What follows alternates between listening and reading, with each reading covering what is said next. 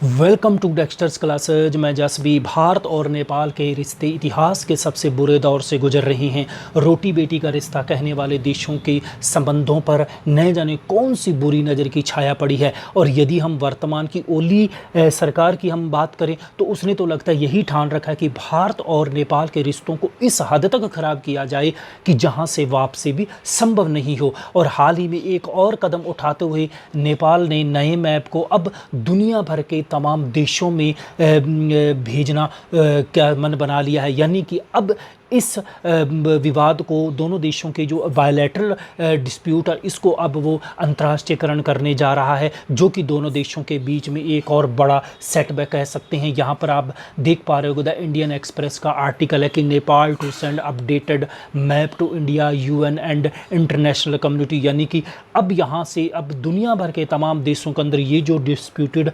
Map है उसे भेजा जा रहा है, जिसमें कि भारत के लिम्पिया धुरा, काला पानी और लिपू लेख को शामिल कर लिया गया है। तो इसी के ऊपर आज के वीडियो में हम डिस्कस करेंगे और इस बात के को भी पर भी विचार करेंगे कि क्या यूएनओ अब इस मैप को स्वीकार करेगा। तो बने रहेगा वीडियो में आगे बढ़ें उससे से पहले निवेदन है कि यदि चैनल को सब्सक्राइब नहीं किया है तो चैनल को सब्सक्राइब कर लीजिए। फ्रेंड्स, दोनों देशों के बीच में विवाद ये शुरू हुआ था 8 मई को, जब उत्तराखंड के लिपू लेख दर्रे को धारचूला से जोड़ने के लिए 80 किलोमीटर की सड़क का रक्षा मंत्री राजनाथ सिंह के द्वारा उद्घाटन किया था। और ये जो रोड है ये जोड़ती है कैलाश मानसरोवर से। यानी कि जितने भी कैलाश की यात्रा पर जाते हैं उनको उनके लिए एक शॉर्टकट रास्ता बनाने के लिए इस सड़क को बनाया जा रहा है। लेकिन नेपाल ने दावा किया कि ये जो सड़क है ये हमारे भूभाग से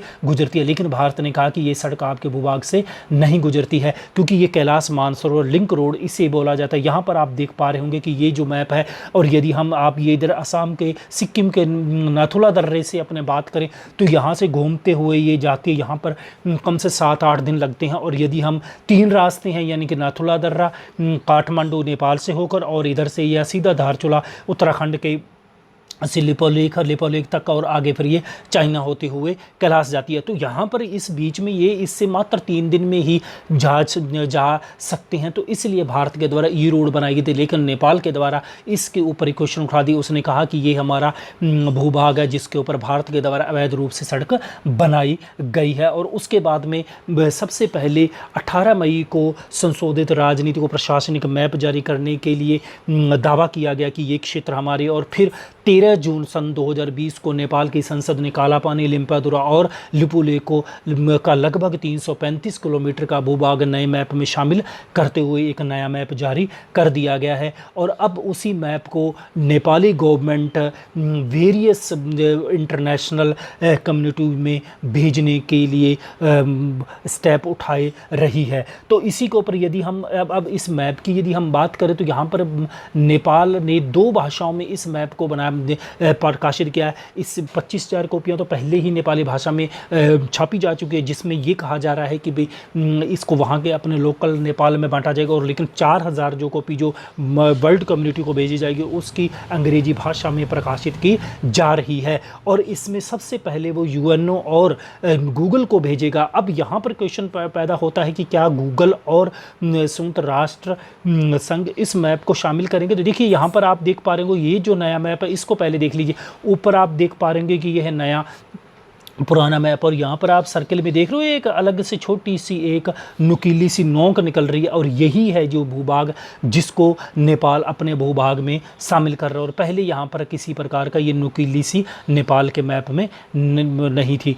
अब यदि हम बात करें नेपाल, यदि हम यूएनओ की बात करें, देखिए यूएनओ इस मैप को न तो स्वीकार करता है और न ही अस्वीकार करता, दोनों बातें। क्योंकि जो वो सिर्फ उसके ऊपर डिस्क्लेमर लिख देता है, यानी कि चेतावनी लिख देता है, जिसके अंदर साफ लिख देता है कि नक्शेबंदी की सीमा या लिखे गए नाम व संस्था की ओर से किया जाने वाला प्रचार नहीं है और ना ही ऐसे किसी प्रचार की यूएनओ स्वीकार करता है। यानी कि वो स्पष्ट रूप से इसके ऊपर इस प्रकार डिस्क्लेमर कर देता है कि हम इस प्रकार इस मैप को स्वीकार नहीं करते हैं और न ही हम इस मैप को प्रचार कर रहे हैं कि जो पार्टी जो दोनों पार्टी जो है वो उन्होंने ये सबमिट किया और हम अपने पास इस मैप को रख रहे हैं। जैसा कि ये देख लीजिएगा, ये मैप है संयुक्त राष्ट्र संघ में जब भी जो मैप जाता है संयुक्त राष्ट्र संघ की वेबसाइट पे इस प्रकार के मैप मिलते हैं। और यहाँ पर आप देख रहे हो ऊपर चाइना में, तो यहाँ पर आप ये देख रहे हो ये जो टेरिटरी है ये ऊपर ये वाली, अब यहाँ पर आप देख पा रहे होंगे कि ये जो टेरिटरी है ये क्या है कि अक्साई चीन है। तो जब भारत को दावा पूरे अक्साई चीन पे करता है, तो यहाँ सर्किल में जो लिखा हुआ है ये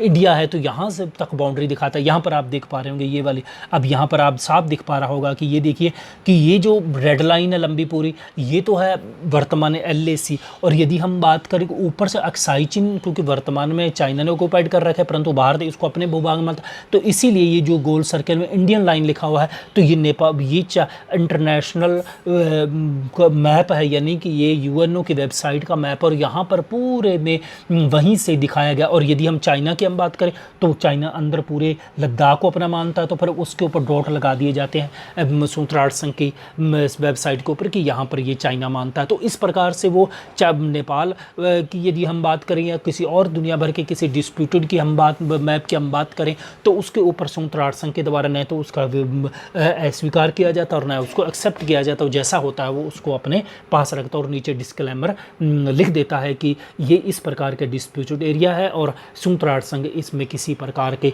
मैप का समर्थन नहीं करता है। अब यदि हम बात करें गूगल की हम बात करें, तो गूगल का स्पष्ट बात है कि क्योंकि आप जानते हैं कि गूगल में इंडिया बहुत बड़ी मार्केट है, गूगल के CEO है, तो यदि उस पृष्ठभूमि में देखें तो शायद गूगल बहुत सोच विचार कर इस मैप को स्वीकार करेगा। लेकिन आने वाले समय में क्या होता है क्या नहीं होता है ये तो फ्यूचर बताएगा। उम्मीद है कि वीडियो पसंद आएगा। वीडियो पसंद आया तो लाइक कीजिएगा और ज़्यादा से ज़्यादा दोस्तों तक शेयर कीजिएगा।